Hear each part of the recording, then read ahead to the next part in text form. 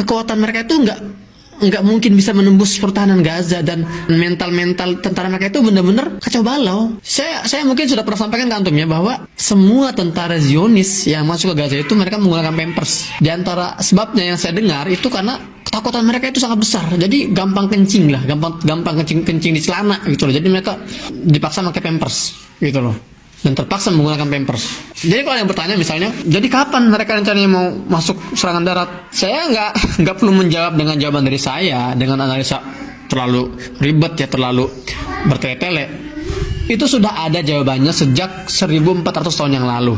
Dalam surat Al-Maidah ayat 21, ya, kita sudah pernah mendengar bagaimana orang-orang Bani Israel itu dulu itu diminta untuk melakukan operasi darat oleh Nabi Musa.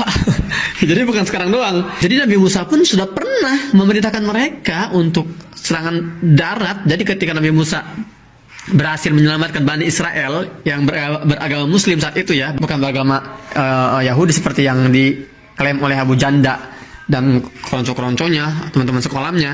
Kata Nabi Musa, setelah Allah selamatkan dari Fir'aun dengan membelah lautan itu ya dengan tongkatnya, sampailah di perbatasan antara Mesir dengan Palestina. Saat itu Nabi Musa mengatakan, ayo semuanya kita sudah sampai nih di tanah Palestina yang Allah janjikan untuk kalian semua, untuk kita semua.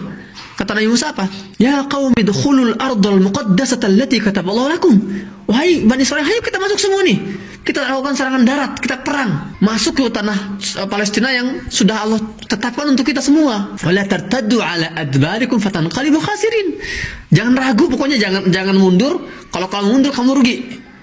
Dan dalam ayat lain dikatakan, kalau kalian masuk, kalian pasti menang gitu loh. Apa jawaban Bani Israel saat itu? Qalu ya Musa inna fiha qauman jabbarin wa inna lan nadkhulaha hatta yakhruju minha fa in yakhruju minha fa inna dakhilun. Persis seperti yang terjadi hari ini. Jadi tentara ini takut. Satu-satunya kondisi syarat agar mereka masuk itu apa? Warga Gaza keluar dulu.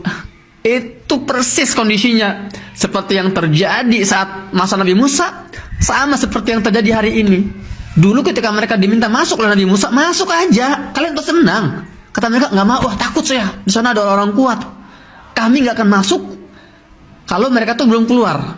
Jadi mereka keluar dulu, baru untuk kami masuk. Artinya dia tuh nggak berani perang, takut. Operasi darat itu nggak berani.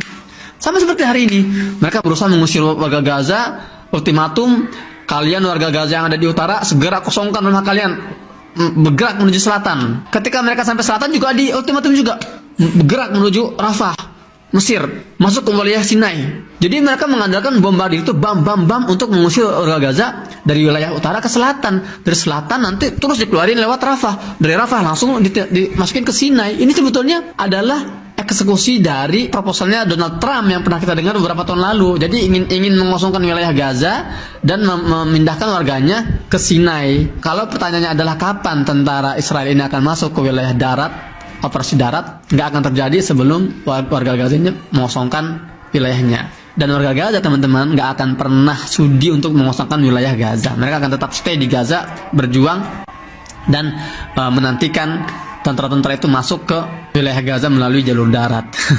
Jadi sekali lagi, sejarah selalu kembali berulang, ya hanya tokoh-tokohnya yang berbeda. Yang terjadi di masa Nabi Musa terjadi hari ini.